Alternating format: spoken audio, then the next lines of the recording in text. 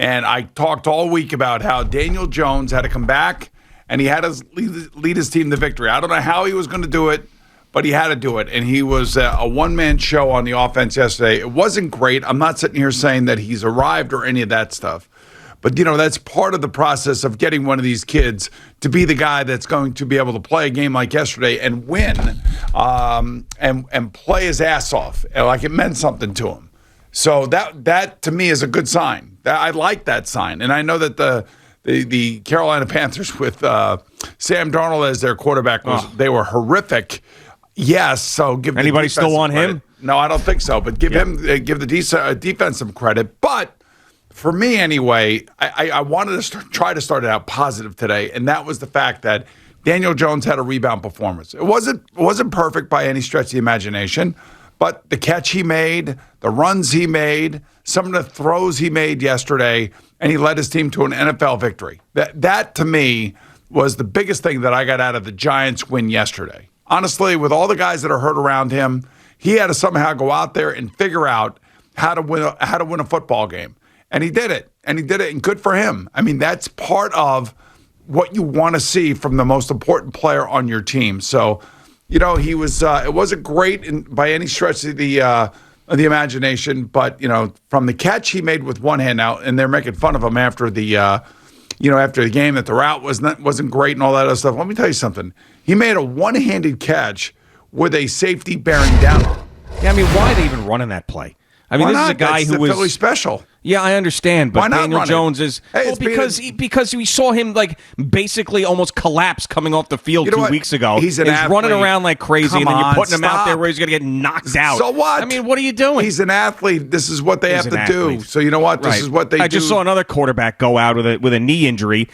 This guy's out there. I mean, they basically use him like a crash test dummy, like he's not going to be on the team in the future. That's how they use him. I mean, when it's believable. When it's called in the Super Bowl, it's the greatest call of all time. When it's called because there's nobody around Nick Foles. Listen, there's nobody around him, and he didn't have a concussion 2 weeks ago and almost collapsed on the way off the field. Let's stop being soft. This is the NFL. This is where men play. Okay, you stop being soft. Tell the NFL that. All they're trying to do is protect their players. Hey, that's all they've tried to do. All I tried to say is that he had a good game, and you're screaming and yelling. Well, I mean, it's just so stupid to put that guy out there in the way that he is. I mean, and to sit here and we're going to pat the Giants on the back after beating the Carolina Panthers. That team sucks. P.J. Walker's in there playing quarterback. Sam Darnold is awful. I mean, we're 2-5. We're going to sit there and pat the Giants on the back. Are you kidding me? This team still stinks. If anything, we'll give credit to the defense because they were able to stop a pathetic offense. But, I mean, I'm sorry. There's nothing. We're going to throw bouquets at the feet of the Giants this morning?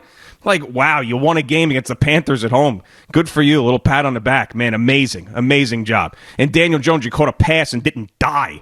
Honestly, I don't know where you're coming from on this. I don't understand why that would be the first thought in your head after an NFL Sunday that the Giants beat a pathetic Panthers team with no quarterback. But that's just me. I thought you'd be more pissed off about the Jets, who are the league's embarrassment, quite frankly. I mean, absolutely as embarrassing as a performance as I've ever seen in my life. And that game, if there was another quarter, Bill Belichick would have scored 80 points. They would have. So, sorry I'm not with you on the Giants parade today. Okay.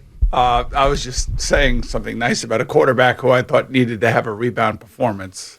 I wasn't throwing bouquets at anybody. Oh, God. I mean, I think you're overreacting to my reaction to what I thought was a pretty damn physical, good game. And we all have noticed here. It's a terrible football game. It was 5-3 at the half. Yeah, I know.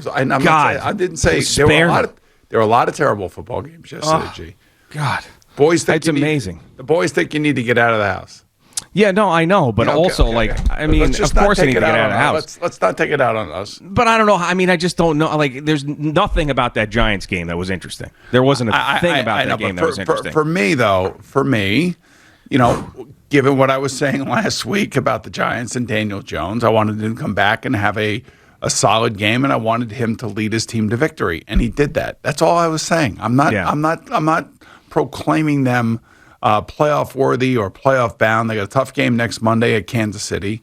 All I'm saying is that we had a nice rebound performance by the quarterback who was awful the week before. That's all. I said. Good. It's a Monday. It's miserable. The Knicks lost. The Jets were an embarrassment.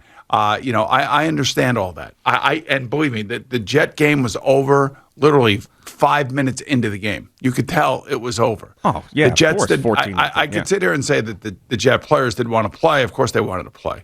I could say here that they gave you lack of effort. That's obvious. Well, they got a problem. By the way, on the NFL Today yesterday when we talked about this game, I basically said, look, you have these advanced coaches with all this experience in New England against a novice coaching staff led by Rob Saleh. I said that to me is the biggest difference between these two teams. Yeah, you nailed it. I mean, because they got a problem. That coaching staff is clueless. Well, they don't know what they're doing. Right. They really don't know what they're doing. I think it's fair to say. Yeah, and then the post game reaction to all of this is exactly the way you're reacting. Well, I did a pre-game, and I was saying this is going to be a problem for them moving forward. And I said that at the beginning of the year that this whole thing is going to be a problem for them moving forward, and we just got to get through this year, and hopefully their quarterback doesn't get killed. Yeah, but I mean, aren't you right? Which he almost did yesterday. Yes. But I mean, there's one thing about having a novice coaching staff. There's another thing to be completely overmatched every single week when the game starts. I mean, they haven't scored a point in the first quarter. They're outscored 40-something to nothing in the first quarter this year. So, I mean, it's one thing to always fall back on, they're young or they're new and they're this and they're that. But this is exceptionally bad. And that's what's scary about it.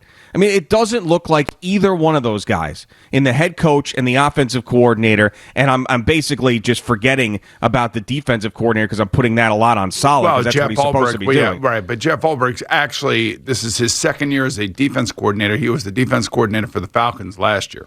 Yeah. I mean, these guys they don't deserve to be playing. Remember the take that you had, coaching. Do you remember the take you had on Justin Fields in the beginning where you're like, this guy's just not ready? That's the way I feel about this coaching staff. I mean, why don't we say that about the coaching staff? Yeah, it's all about the player. These guys aren't ready. They're not. You could also say that about the roster and the players that actually were in uniform yesterday. I mean, they got their asses handed to them. I mean, literally. And you know what? There's nothing that they can say. They're going to have to withstand just an absolutely crushing week of criticism. And it started with you this morning. I'm sure it started last night.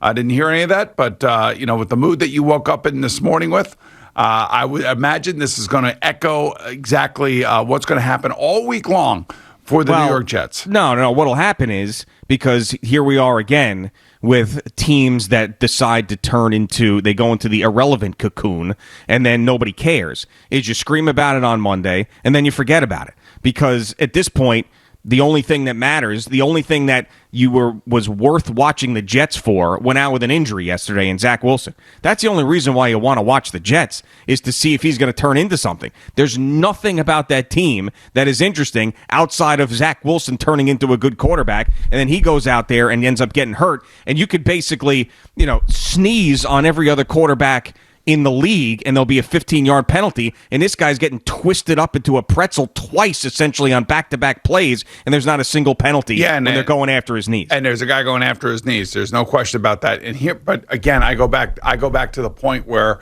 you have this novice rookie quarterback who is out on the field, who's not realizing exactly what can happen to him. Like, he's never experienced anything quite like this.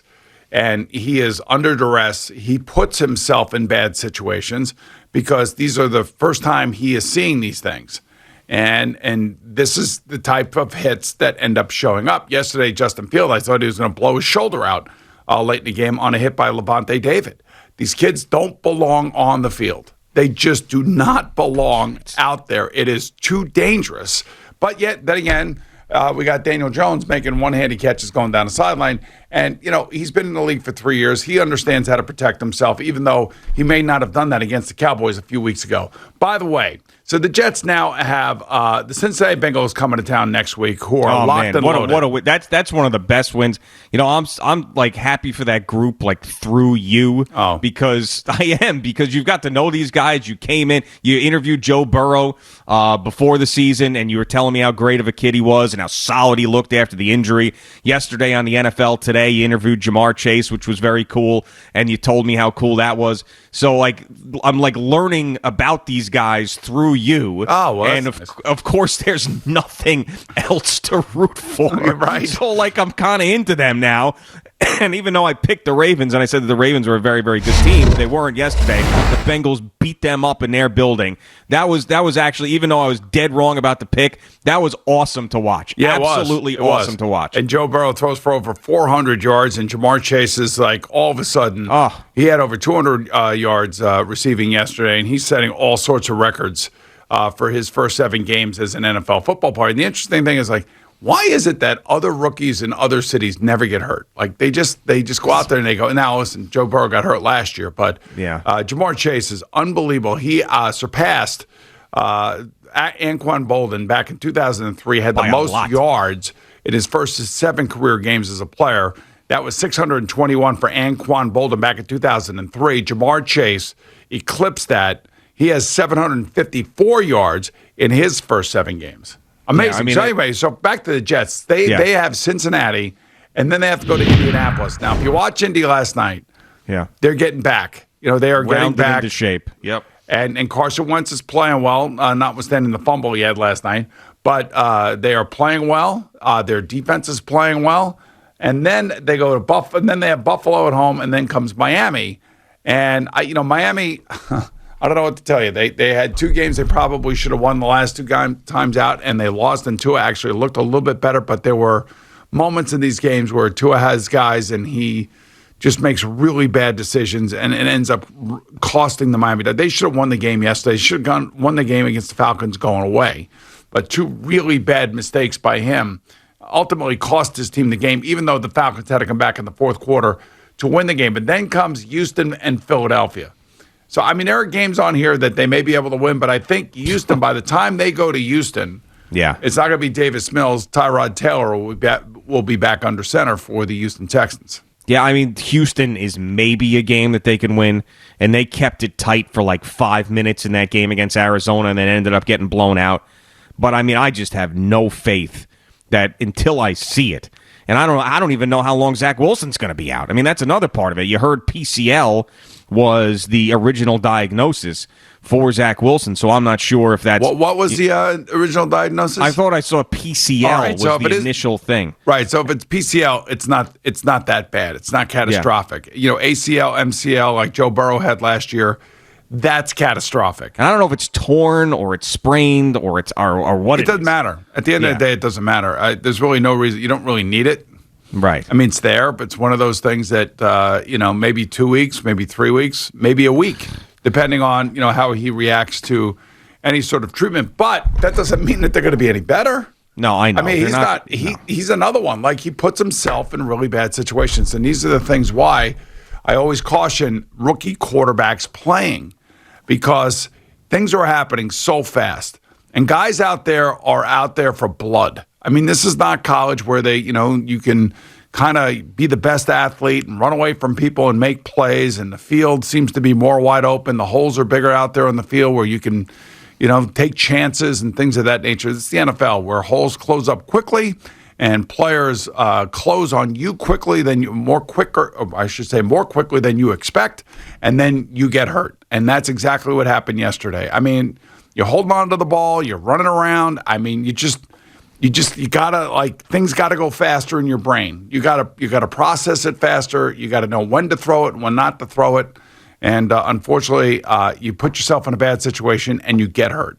And whether they're legal hits or not legal hits, the fact of the matter is the quarterback is putting himself in a situation where he can get hurt. That's what I'm talking about. Thank you for watching. Please like, comment, and subscribe. And don't forget to hit the red bell so you're notified when we have new content.